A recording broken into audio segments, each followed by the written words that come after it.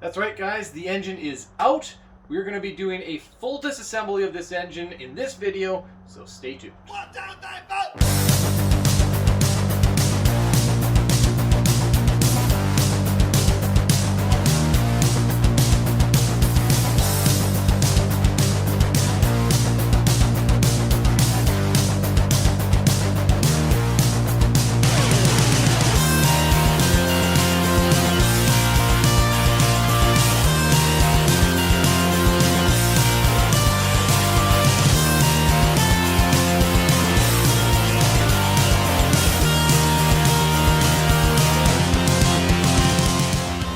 So we're starting with a 454 big block Chevy. I was told it's been bored 30 over, so a 461 cubic inch engine.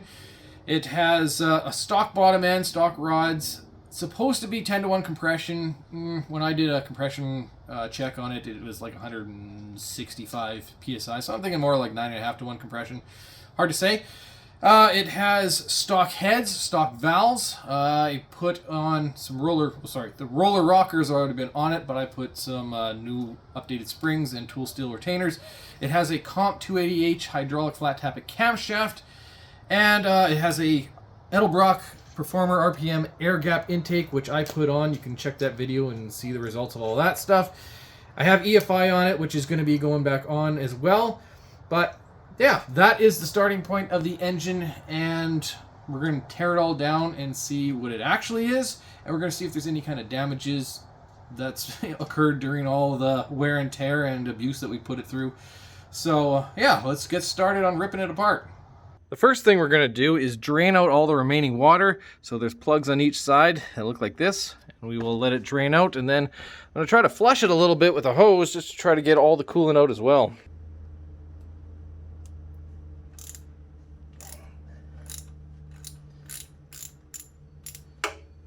That's going to be messy, so put on some gloves. There we go.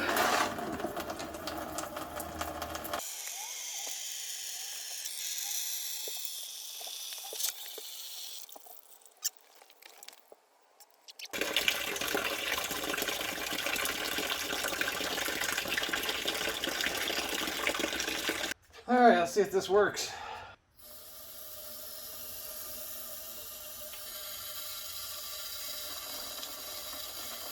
It does.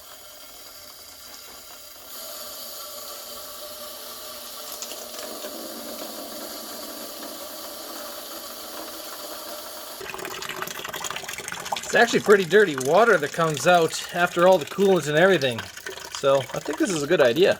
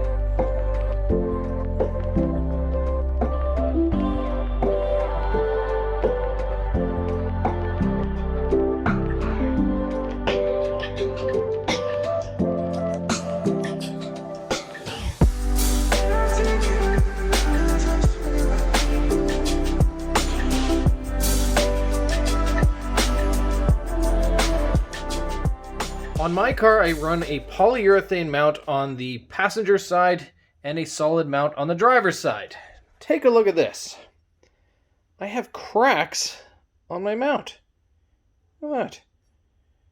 No idea when this happened or how long it's been like this, but I'm going to have to replace this. Now, the Moroso kit comes with 2 of them. I just don't remember if there's a driver's side and a passenger side, so I'll have to pull that out and find out. Otherwise, no matter what, I'm going to have to replace this. Take a look at my spark plugs. Ignore the 7531. Those aren't correct, but these ones are correct to the cylinders. That one looks all fouled up. They definitely look a little bit rich, but you can't read plugs necessarily after just putting around for a while. But it does seem like the ground strap... I went from UR4 to UR6, and the ground strap still suggests that it's too hot of a plug. I don't know. I'm no good at reading plugs. Okay, time for the cylinder heads. I'll use a breaker bar and a 5/8 socket, and then just to loosen these off. Okay.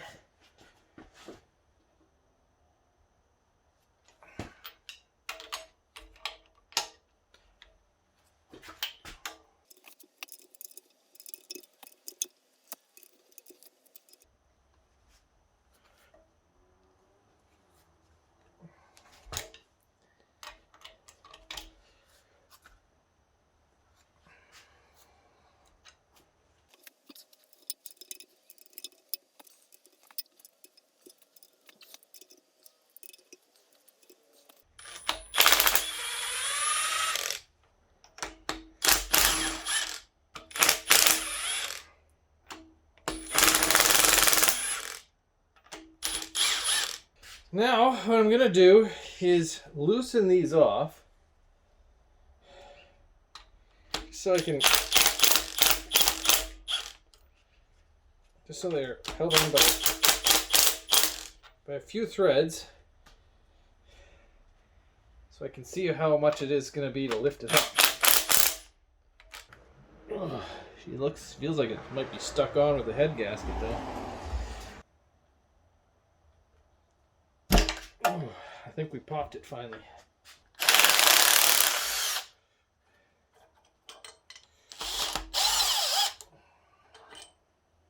Because I'm using head bolts, not head studs, I was told a trick to put screwdrivers in a couple of the holes.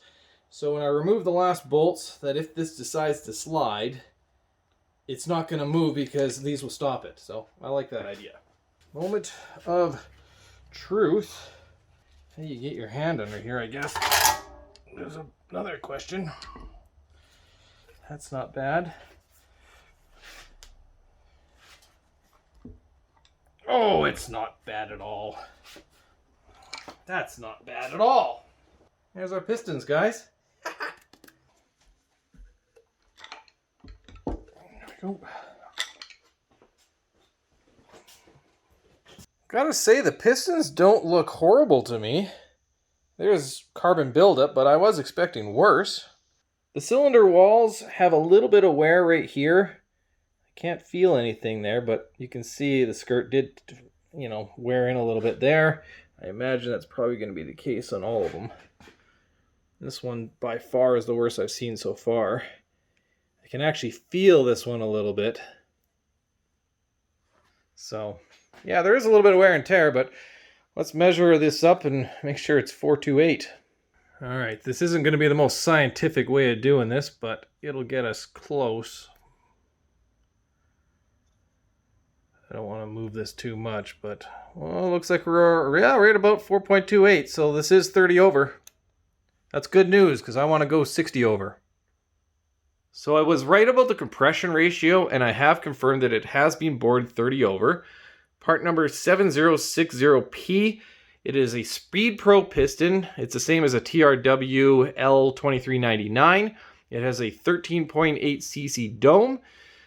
It looks like the previous builder sanded this relief valve edge down just so it wouldn't be a hot spot. That's great. Otherwise, it got so hot it started to melt. I think this is done on purpose though.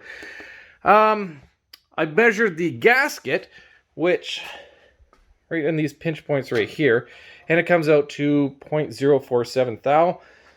And I have measured this at top dead center This piston is number 8 is 0.0075 in the hole, and number 1 I measured at 11th thou in the hole. It's probably my measurements and why there's a discrepancy there, but let's just say it's 8th thou in the hole.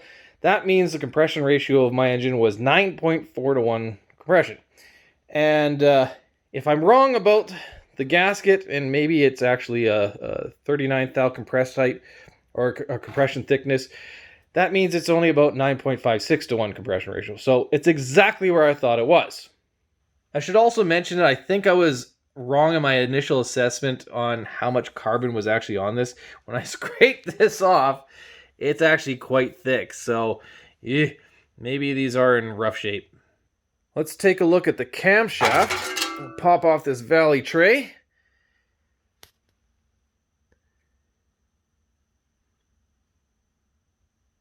I'm no expert. I don't see any scoring, which is excellent. I was kind of thinking maybe I had a lobe looking a little rough, but no, the lobes look fine. They just look a little old, I guess. We'll assess the lifters. Make sure they're all moving in their bores. I imagine they are going to be fine since the camshaft isn't wiped out.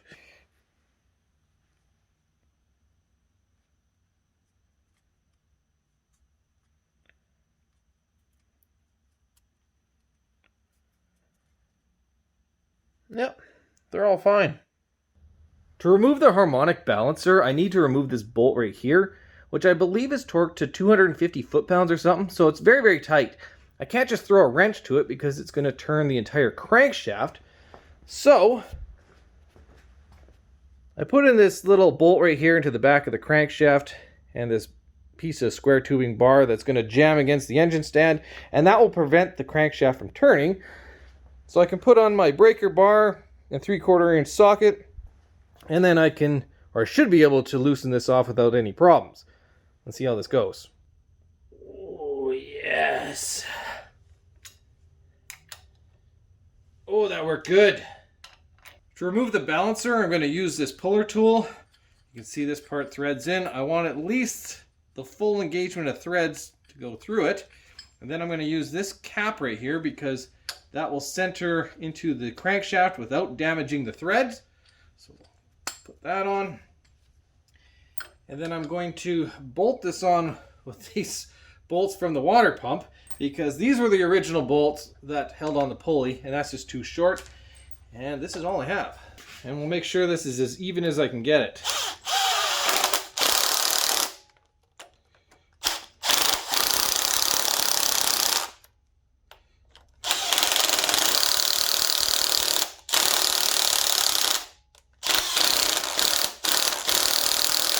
Looks pretty darn good, actually.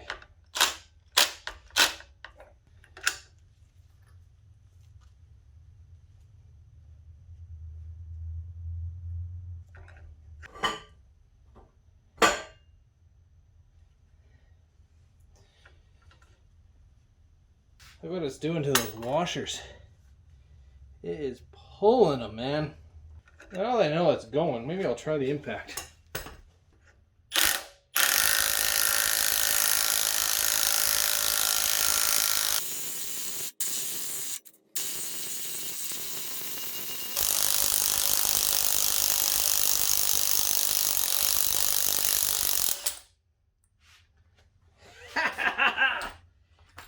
Yeehaw! I've been really curious to see what the timing chain looks like, so I'm excited to pull off the timing chain cover. I'm going to scrape some of this gunk away just so it doesn't get in anywhere I don't want it. So I need a 1/4 inch drive 7/16 socket to fit around the bolt head.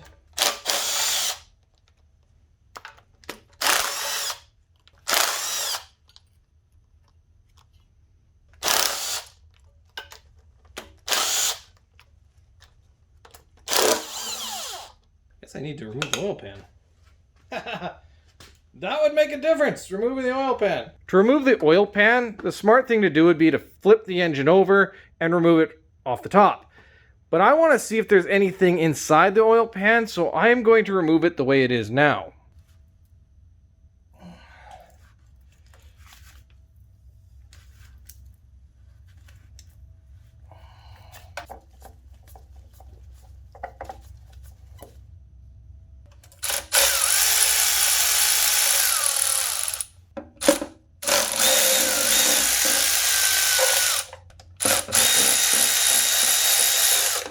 Tempted to put a jack under here, actually.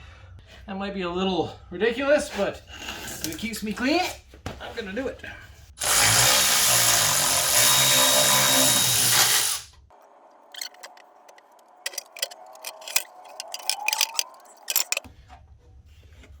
So I drained as much oil as I could out of it, and everything looks great. There's no metal flakes in there, nothing. It's very clean, very happy with that. Now let's finish off the timing cover.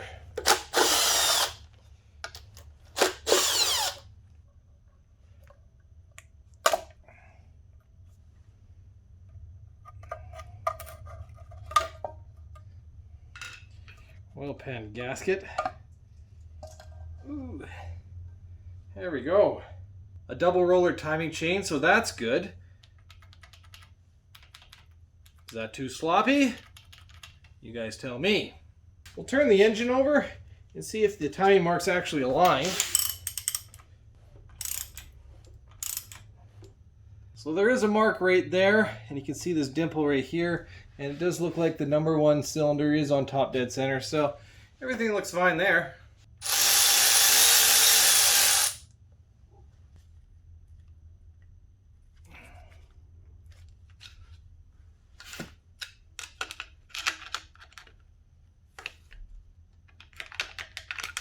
Dare I say this has popped off. We'll pull out the lifters, and I'm going to do my best to keep track of them, because if this cam is ever used again, I want to make sure the correct lifter goes to the correct lobe.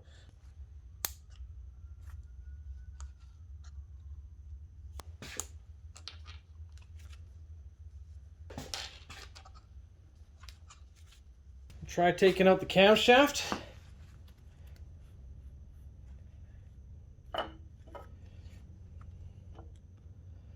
Never done this before, but we're gonna try.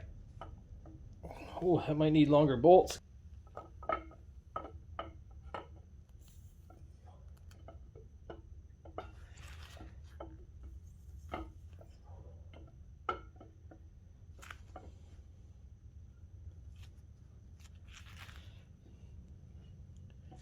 There she goes. Once you start getting past that last little bit, it goes nice.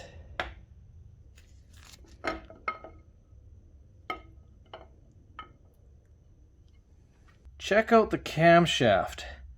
I think that looks great. I can see no reason why this camshaft couldn't be used again. All the lobes are in great shape. I see nothing that's out of the ordinary from what I know. And the lifters, again, they look great.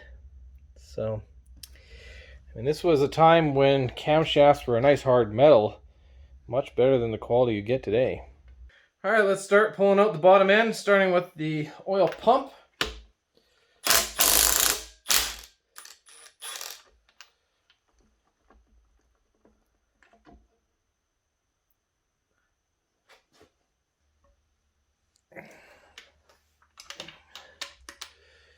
In here and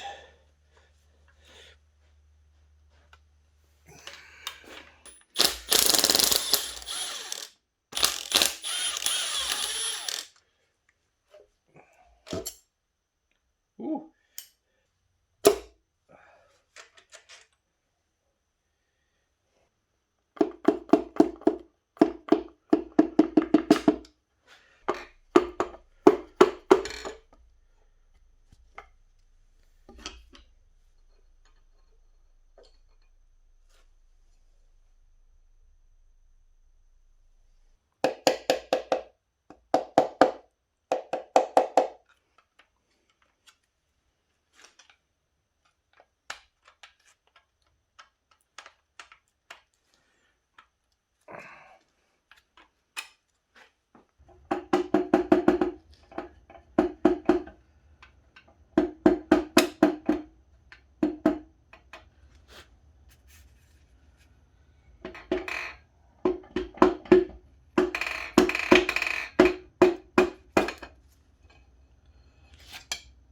Taking a closer look at the crankshaft, everything looks great.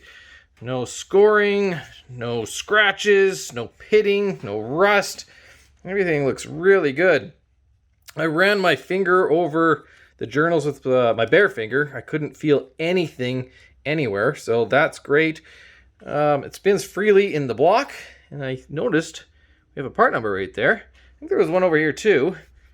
Yeah, right there. So I'm not sure what those numbers mean, but maybe someone else can decipher them for us. But the bottom end felt great.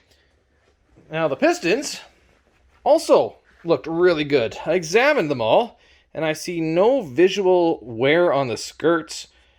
So that's great. So obviously the skirts were not contacting the cylinder wall, which is excellent. Any kind of markings on the cylinder wall would have been done through the piston rings, which all the rings still have tension, so that's great. The bearings, there is a little bit of wear in here, which I would say is to be expected, but there's no hot spots, there's no signs that, you know, we grinded right through them or anything, but I would say there's no signs of a spun bearing, which I kind of expected that because I, wasn't knocking or anything. Oil pressure was still pretty decent.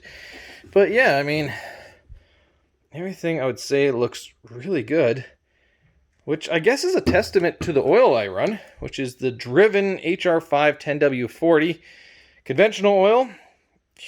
Yeah, everything looks tip-top there. Speaking of oil, look how much oil is in the oil pan, even though it's been drained. I mean, that's quite a bit.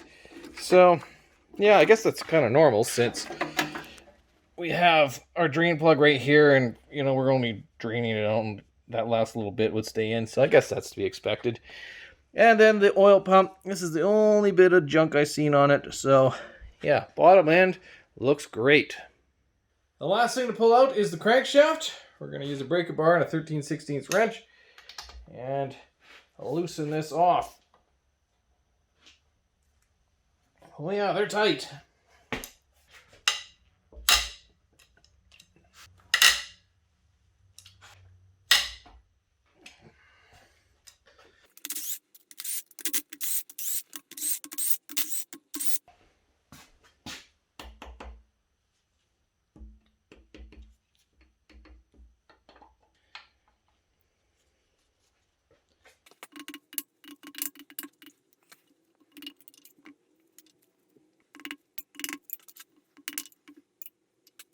This bastard's going to be heavy, I'm sure of it. So,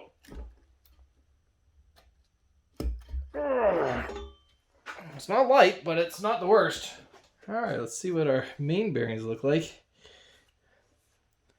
About the same as our rod bearings, I'd say. This one has a little bit of wear in it right there compared to the rest. See that? I remember one time years ago I was changing the oil and there was some metallic flake in it. Now, this was when I was running Mobil 1 1550 synthetic. Now, this is not a knock against that oil. I was priming the engine for the first start of the year, trying to make sure that, there was oil on the camshaft and everything. And I just cranked the engine over a few times without the coil plugged in. And apparently I didn't like it. So, it wasn't metallic. So it was suggesting it had to be a bearing, and I wonder if this was the bearing right here. Very minimal. It wasn't, didn't really affect the oil pressure too much.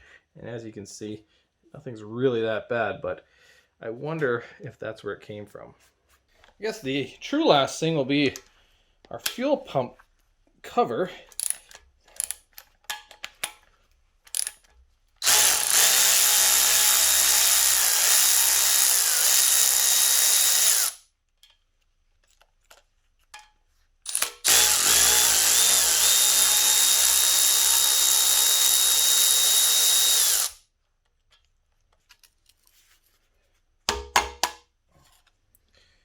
There we go.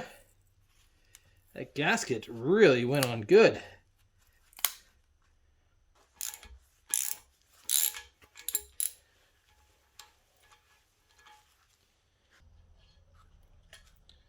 Got it.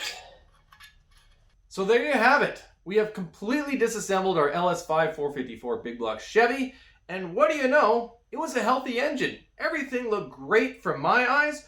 But I'm not an expert. If you guys saw anything in this video that looks a little weird or off, be sure to comment. Overall, it really wasn't that hard to take apart. And I'm not surprised. I mean, I'm not a pro engine builder, I'm not a mechanic, I'm just a car hobbyist, much like most of you guys. And all it required was some basic tools. You will require a puller for the harmonic balancer and likely a puller for the lower gear on the timing chain. But other than that, it wasn't too bad. By far, the biggest challenge was finding space for all this crap. I mean, the heads, the intake, the headers, the block, the engine stand, the cherry picker, the exhaust, the transmission, all of this stuff takes a tremendous amount of space. It's insane. So I recommend you plan well in advance so you know you have room for all this stuff. And I did that, and even I was still having a challenge finding homes for all this stuff.